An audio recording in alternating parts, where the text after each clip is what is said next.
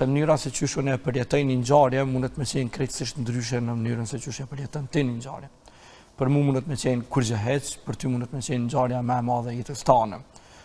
Për mua mundet me qenë problemi më i madh i jetës që ty kush mundet me përjetu, përderisa ti ke kaluar 1 milion sfida në anën tjetër. Pra emocionet janë subjektive. Edhe rrjedhimisht të qenurit subjektive nën kupton që na duhet me mësu vetë se qysh me u përballu me to. Edhe asnjëherë një emocion që e përjeton ti nuk mundet me qenë i njëjtë me emocionin që e përjetoj unë, ose intensiteti i emocionit tënd me qenë i njëjtë me intensitetin e emocionit tim. Gjithmonë kena me pas diferenca.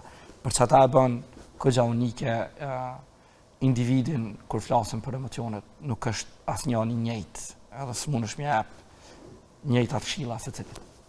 A ka raste kur disa persona duken të fortë prej pamjes të jashtme, por realisht brenda janë më të breshtë.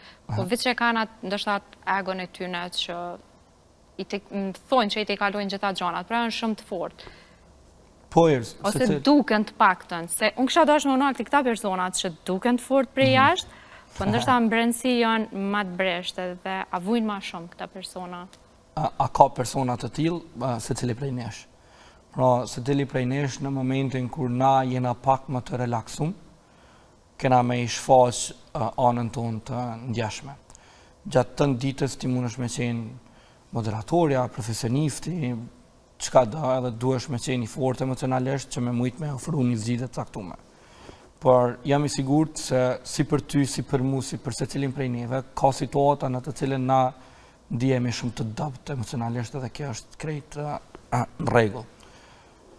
Kjo është generale, kjo është humane në fakt që me unë ndje i dobët emocionalisht. Çka është problemi këto është që ka njerëz të cilët nuk e pranojnë këto. Pra, njerëz të cilët tentojnë vazhdimisht me qenë të fortë emocionalisht edhe me tentu me gënjy edhe veten, normalisht që kanë me pas më shumë probleme në të kalumen. E këto mas miri na i tregon trauma. Pra, traumat e kanë të njëjtën logjik.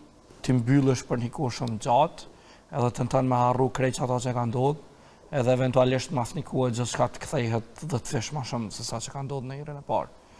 Pra, njëjtë është edhe në aspektin e emocioneve, nëse ti tenton me kanë gjatë të kohës i fuqishëm emocionalisht, besa mirë që mas një kohë ke komu të kthy 10 fish edhe ti ke muni 10 fish më i dobët emocionalisht. Që ta është mirë me majt një farë balanci, është në rregull me kanë i fortë emocionalisht në raport me situata të caktuara. Por në anën tjetër, gjithkush e din që ka nevojë për pak butësi emocionale edhe muni pak rahat me veten emocionalisht.